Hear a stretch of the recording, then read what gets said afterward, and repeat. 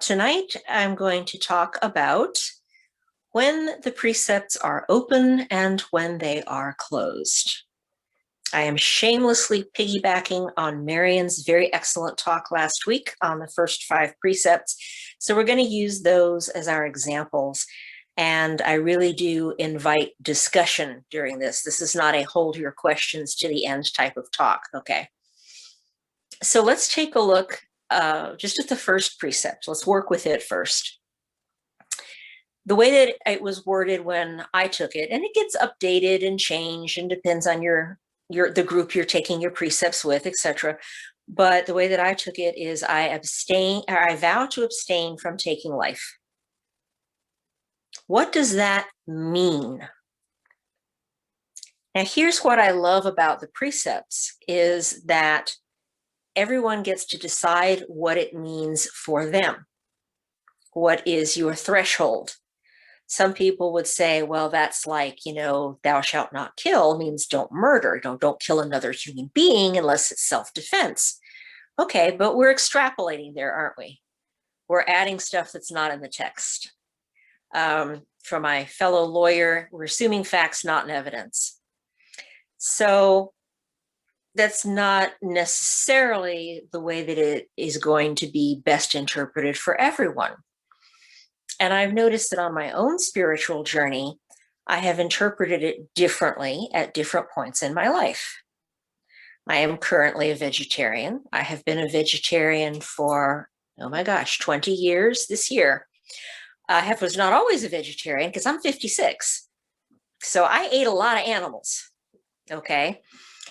And does this mean that I think everybody should be vegetarian? No, not at all. Not everybody can be. People have different physiological issues. Some people, their body chemistry doesn't tolerate it. They need meat. And the longer you've been eating meat, the harder it is to switch. So there's all of these factors. And I'm just using vegetarianism as one example.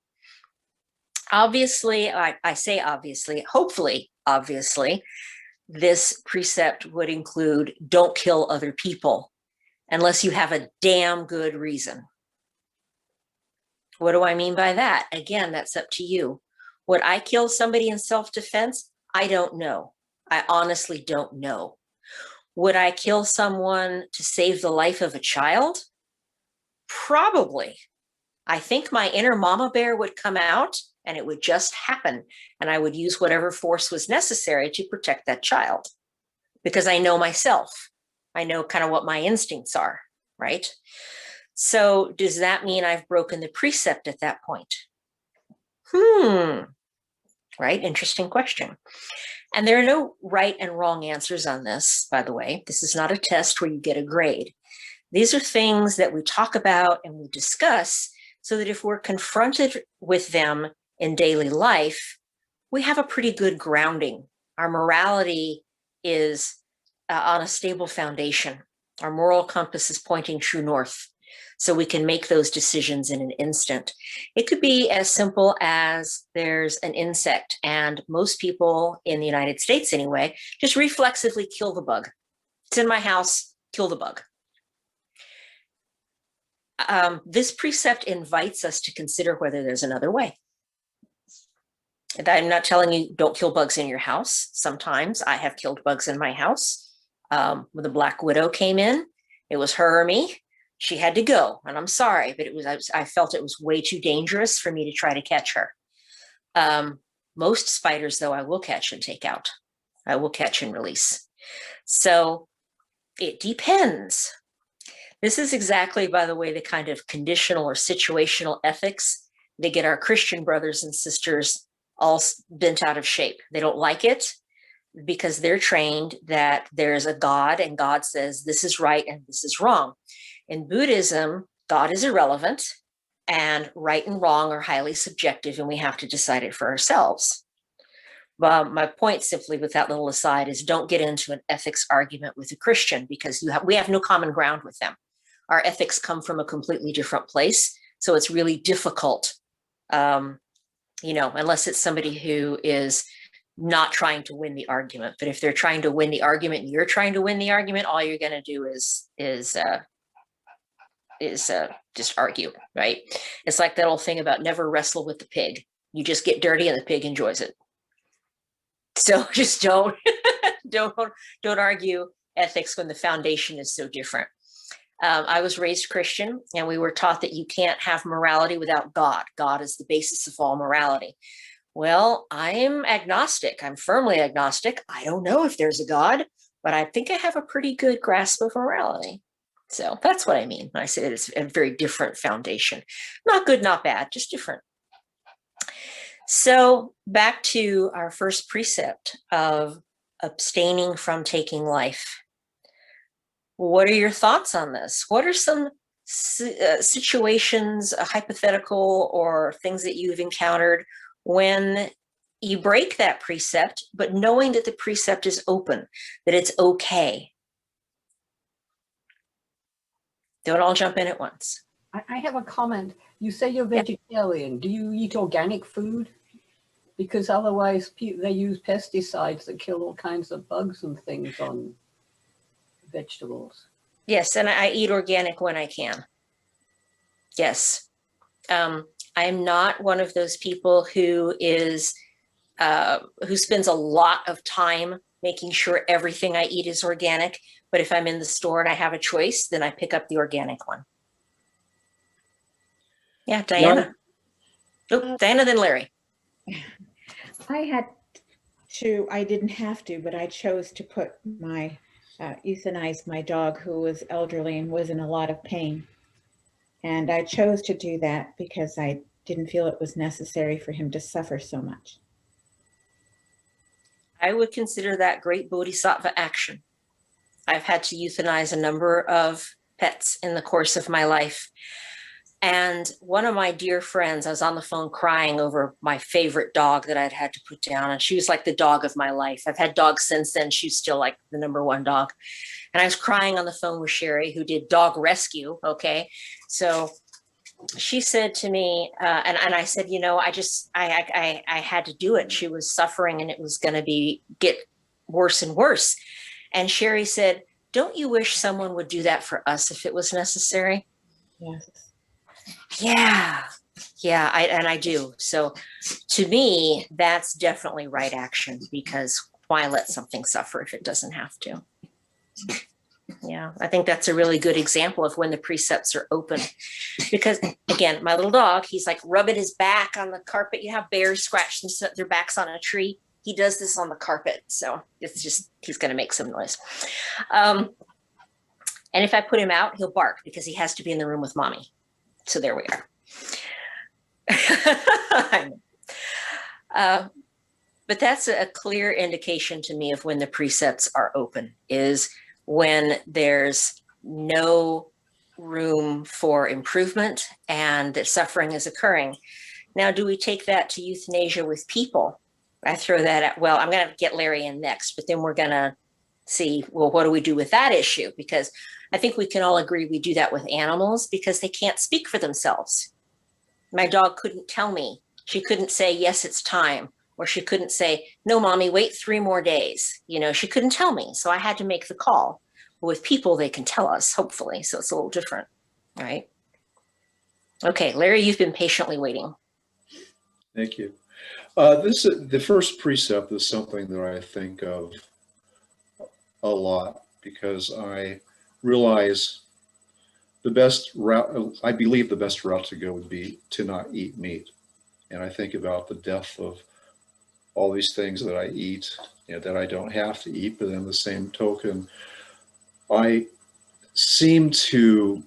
don't eat to have fun. I eat to live. Food isn't an important thing with me. That's why I eat. And my health isn't that good, and I've got diabetes. So you really need to know what you're doing if you're going to not eat meat when you're having some problems with your health. So I try to justify it that way. It's okay that I eat meat. And what you said about the Christian perspective, that is a perspective that I particularly like. I remember talking to one years and years ago, and this person said that Christ said that it's more important what comes out of your mouth than what goes in it. I don't know if he actually said that, but I liked it.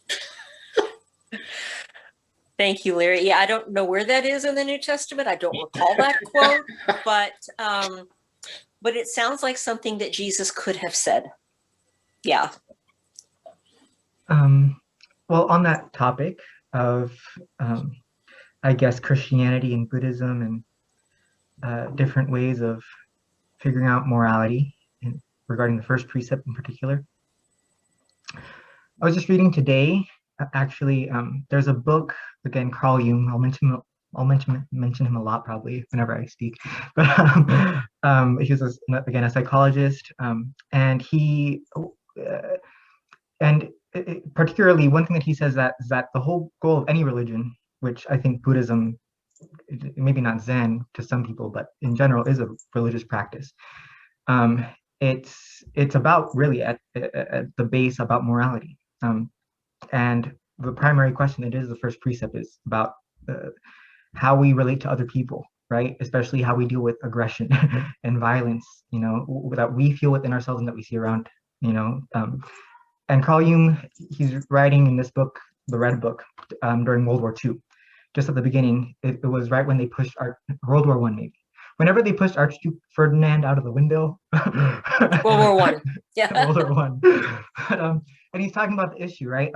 It's in Genesis, right? The story of Cain and Abel about this, when we as human beings, in the way that he frames it, the archetypal kind of way of viewing it is that when we are incapable of looking at ourselves deeply and being alone with the complexity, the good and the bad of our own nature, that we force it onto other people, that we imagine an enemy that we can then more easily and clearly destroy.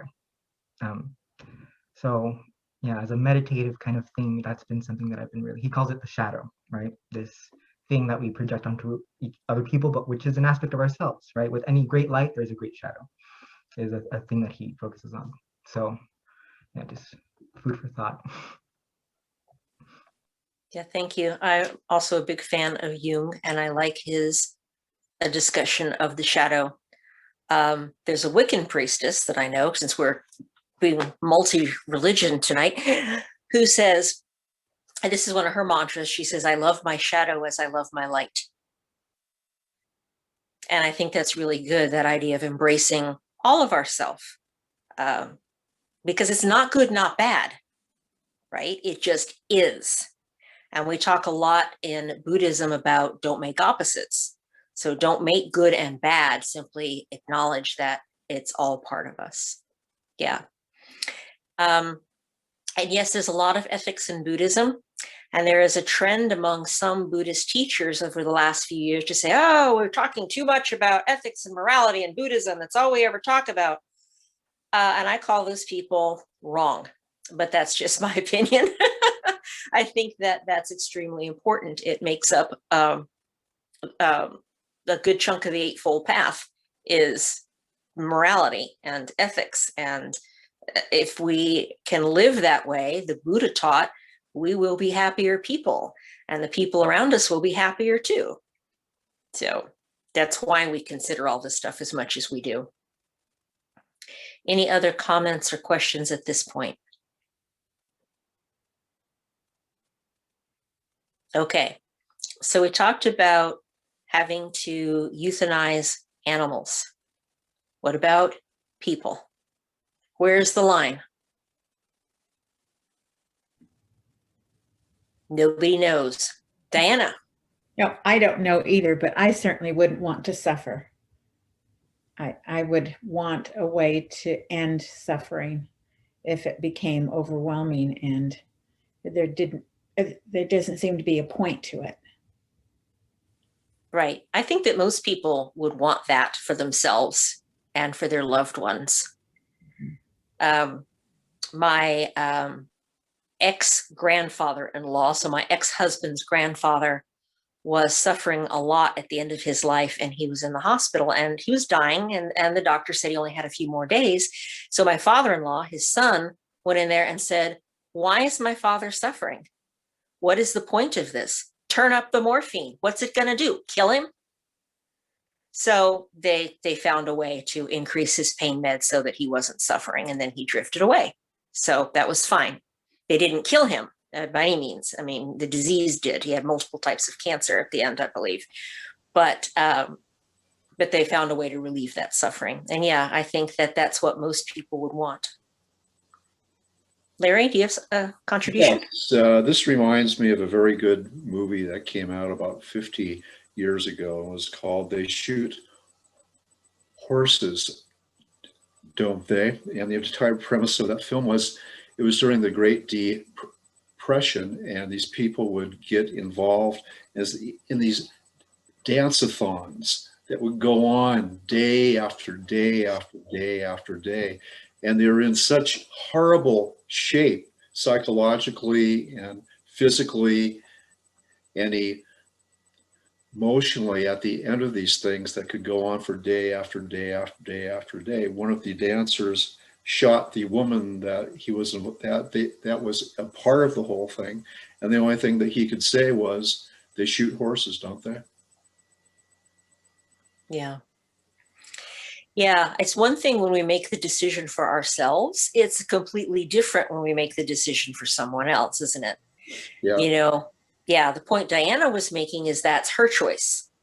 And this is why we now have documents called living wills or living trusts. They're called different things in different places, but you can let your doctors know what you want to have happen at the end of stages of life. But when it comes to making the decision for someone else, this is where it gets tricky. You know, if someone has what's called a DNR, do not resuscitate. My mother had one. She says, if I have a heart attack, let me go. And the hospital couldn't find her DNR, even though it had been on file with them since 1969, and they resuscitated her. And she was mad. She lived another 9 months. You know, not good, not bad. It is what it is. But if someone can communicate that, that's one thing.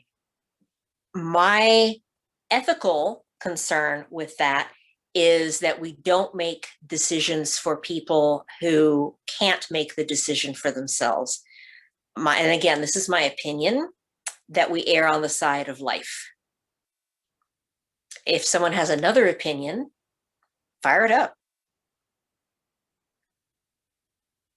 Not really. Okay. I've told my husband that if I am in a coma, what I want him to do, and if I'm on life support, is I want the doctor to research how long has someone lived on life support with the condition that I have. Give me that long plus 2 weeks, and then you can turn off the ventilator. But I'm fighting for my life. If I'm not in any pain, you better not pull the plug on me, buddy. So yeah. So when we're talking about ethics, it's one thing to decide for ourselves and another to decide for someone else. So this is a really hot potato topic, but abortion. There it is. Now, some people believe that life begins at conception, and some people don't. Some people say, we don't know. The ancient Jews, my understanding is from my ex-in-laws who were Jewish, is that they believed life began 3 days after birth. And that came from probably such a high infant mortality rate in ancient times that they didn't want to get attached to the child. So 3 days after birth, the child was considered to be alive. And that's what I was told. So thoughts, and we don't know when life begins. We only have opinions. We only have beliefs. So what do we do with this information? Marian, I see Marian's unmuted. Oscar, you'll be next. Okay, sounds good. I watched a video of a woman speaking some time ago, and I apologize, I don't recall her name. This woman had survived being aborted. Wow. Now, if that doesn't give you an argument, towards right to life, I really don't know what does.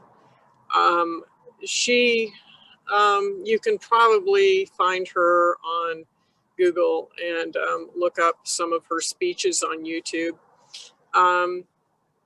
Hers was,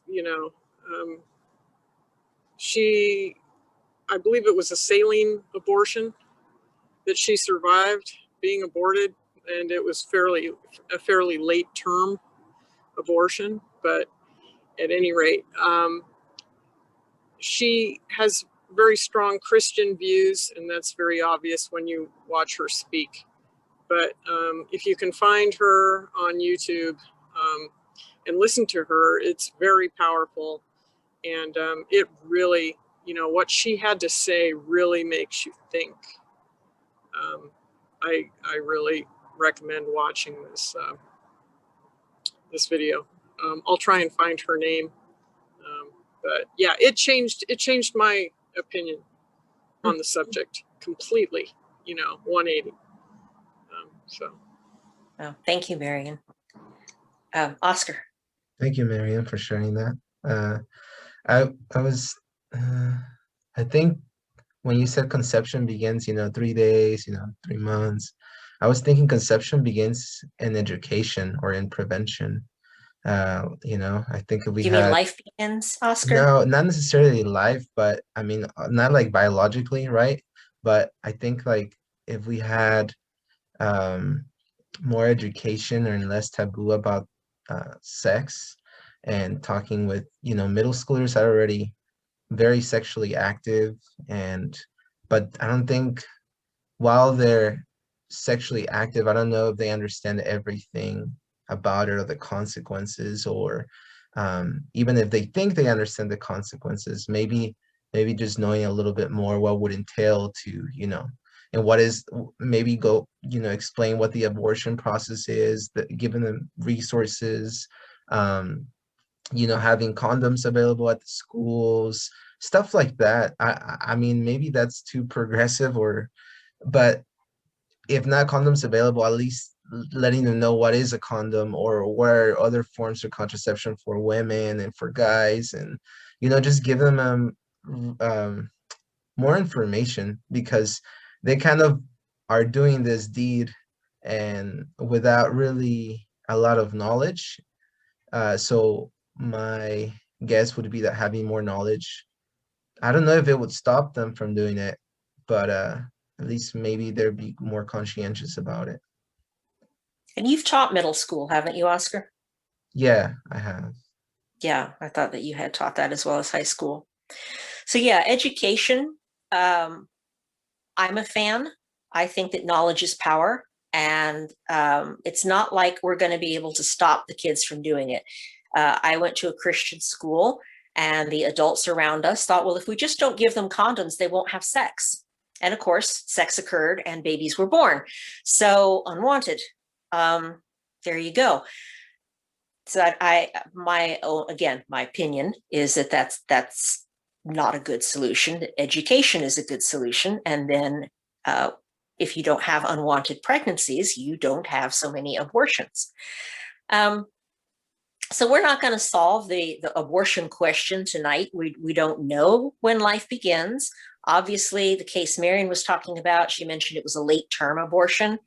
And this is why there's a lot of argument over when can you, as a woman, have an abortion? At what point? How late can you go? Too late, and the fetus becomes a baby and is born and survives. So yeah. So these are all ethical things that are tied into that first precept that we have to look at very carefully and conscientiously. For myself, I would not want to have an abortion. Of course, I'm too old now. That's a moot point for me.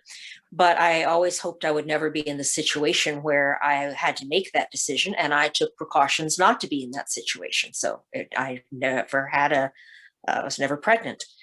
At the same time, I would not want to tell my sister, any woman, you must carry this thing. You are condemned to being a human incubator for 9 months, whether you want to or not. So it's tricky. I don't have an answer. Tom, yes.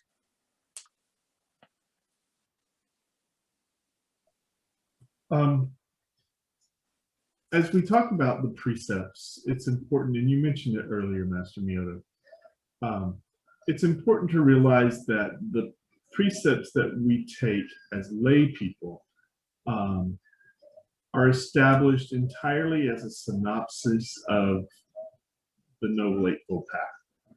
And it's that sila part of the Noble Eightfold Path, the right action, the right speech, the right livelihood, those things that get synopsized into the 5 precepts that we take. Right. But the Buddha is very specific. There are a few unforgivable sins that will keep you from your enlightenment.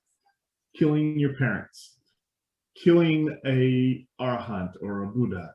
I mean, some very specific things. But other than that, you can get past those things.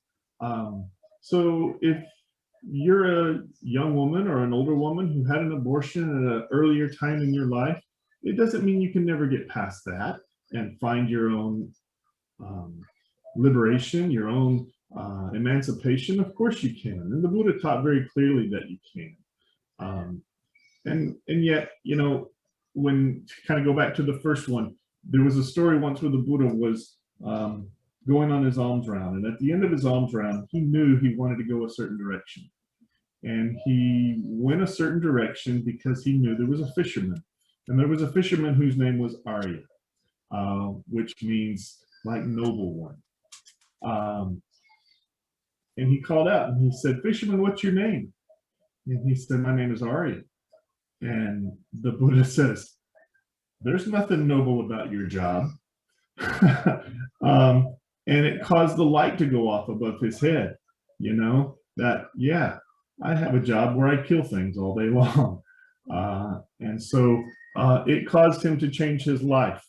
And so I just use that as an example that things that happen in our lives, they develop us, and we have experiences. And as we're looking towards that morality and those ethics that we learn in the Noble Eightfold Path, then we epitomize those in the 5 precepts that we take. Now, those of you who take more and more precepts, then those are based off of the Vinaya, and those are based off of things that are to benefit the Sangha. But, you know, morality is, it's from one's perspective a lot. And even, you know, Prince turned King Ajatasattu, who killed his father, and later he followed the Buddha, and the Buddha said, you know, if you had not done this, you would have been a stream enterer, but because of this, you have to pay off that bad karma in hell. So there are some things that we just can and can't do, and then there are other things that it's, as you mentioned, there's gray areas, and we just have to learn to better ourselves. And as we better ourselves and seek a more wholesome life, then we can gain closer to that path, knowledge, and fruition. So that's all I had to add. Thank you, Tom. Yeah, Diana. Yeah, I'm very new to Zen, and I don't understand a lot of the example, the precepts, and I'm going to make a very simple statement here, and it you know, I'm not sure. It's just a thought. I found in my life that a lot of mistakes that I've made were because I was sleepwalking. I was not conscious. I was not awake. I wasn't aware of what was happening in the present moment. I was in my head, in my thoughts. It can make you do foolish things because you're not living out of compassion. You're not in that state of mind because you are wrapped up in whatever your mind is running on, whether it's anger or whether it's whatever it is. You're in your head and you're not present. You're sleepwalking. Diana, that's a beautiful point, well stated, and right on with Buddhism. Maranta, I see your hand. I'll get you in just a second. The Buddha, what Buddha means is awakened one. So what was he before that? Maybe he was sleepwalking too. We all certainly were at some point. So yes, I think that's an excellent point. Yeah. Maranatha? Did I say it right? Yeah, it's Malin. Maranatha. I added a syllable. I'm sorry. I think intention plays big part in all this. There was this Devata who broke away from the Sangha, and then he came up with some vows that he asked the Buddha to have it compulsory for the monks to follow, and one of them was that all monks should be vegetarian, which Buddha refused. So it's good to wonder why he did that, why he didn't make that vow compulsory for the monks. And then I think intention plays a big role in when it comes, we should break a precept. Agreed. Agreed. When it comes to the spiritual path, intention is the single most important thing. And I can give you an answer on why the Buddha did not require his monks to be vegetarian. And that was simply that they were beggars, and beggars literally can't be choosers. The belief was that holy people who were homeless, wandering from place to place, living a life of offering spiritual teachings in exchange for food, like the Buddha and his followers, that the lay people who fed them accumulated merit, which is good karma, for feeding them. So you didn't want to say to people, well, you're going to miss out on that merit because all you have to offer me is beef. So it was both so that the monks and nuns could actually be fed, a purely practical decision, and also so that the householders in these various communities where the Buddha and his entourage traveled would be able to accumulate merit through taking care of them. So those are the historical reasons why he declined that one. But he did encourage them to be vegetarian when possible.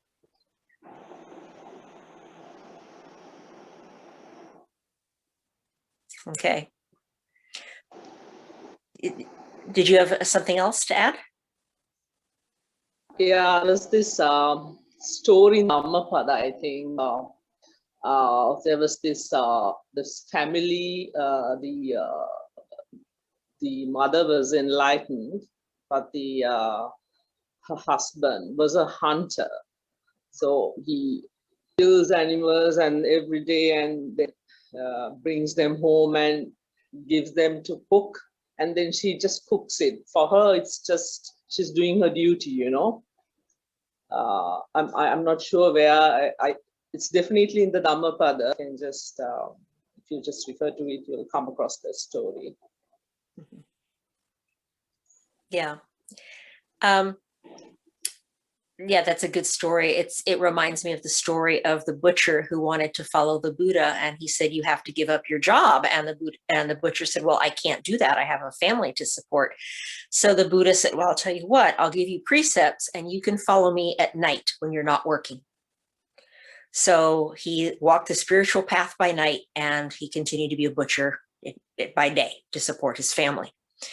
So these sorts of stories tell me that there is a middle way, right? That there is some type of compromise that can be attained on a lot of these precepts. Tom made a good point with saying that there are some that are believed to be cardinal sins, if you will, that there's no redemption in this life from those. But remember that with all things in Buddhism, the Buddha said that we shouldn't take his word for it, we should try it for ourselves. As Tom was speaking, I was thinking about, I used to be a social worker and I saw a lot of domestic violence. What about a kid who kills a parent in self-defense? What about a kid who kills a parent in defending a younger brother or sister? Does that mean that child growing up can never become enlightened? I'm not convinced on that one. I think that maybe there is some redemption depending on intent. So this has been a really good talk. I want to thank everybody for participating. How's our time? We have a few minutes so we can sit and kind of meditate and digest some of what has been said. And just to sum it up, the precepts can be open or closed. If I'm going to harm someone out of hatred or jealousy, the precepts are closed. Don't do that. Don't do that. If I am doing it for a higher purpose, and the lying precept is a really good example of that. You know, no Nazi officer, there are no Jews in my attic. That's a pretty clear-cut one. We lie to save life because life is more important than telling the truth. So, and the closing thought I want to leave you with is, this is why it's good to have a teacher and Sangha, because sometimes we think, am I just making a rationalization? Am I just coming up with an excuse to be able to do what I want to do anyway? Or is this precept really open in this way? So if you're not sure, talk to me, talk to somebody else in the Sangha, talk to somebody who's not in our Sangha, whom you respect on a spiritual level, and double check yourself. It's perfectly okay to do that, and just make sure we're not deluding ourselves. That's the danger of this whole conversation of saying when the precepts are closed and when they're open, is that we delude ourselves and tell ourselves that it's open when it really isn't. So that's my cautionary thought I'm going to leave you with. And now we're going to sit for a few minutes. So if you have a meditation that you already do, you are invited to do that. If you want to meditate the way that my grand teacher taught when he came from South Korea to the United States in 1972, we take a deep breath in to a count of 3 and ask the great question, what is this? Or as I saw it, and this has been around much longer than my grand teacher Sun San, by the way. I ran across it in a medieval China, and I can't remember the teacher's name, and I wish I could now. But the way it's translated, that he said it to his students from medieval China, was, what the hell is this? So whichever one works for you. What is this? What the hell is this? For roughly a count of 3. And then as you breathe out, roughly a count of 7, the answer is, don't know. Don't know. So keep an open mind in all things. And let's go ahead and sit.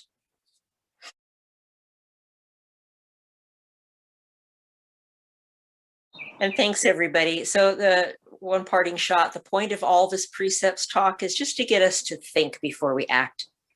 Don't do something reflexively, just think about it. Is this the highest and best way to handle the situation?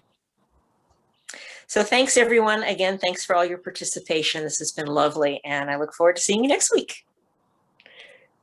Thanks, everyone. See you later. Thank you. Bye, everybody. Bye, everybody. Bye. Thank you so much. Thank you.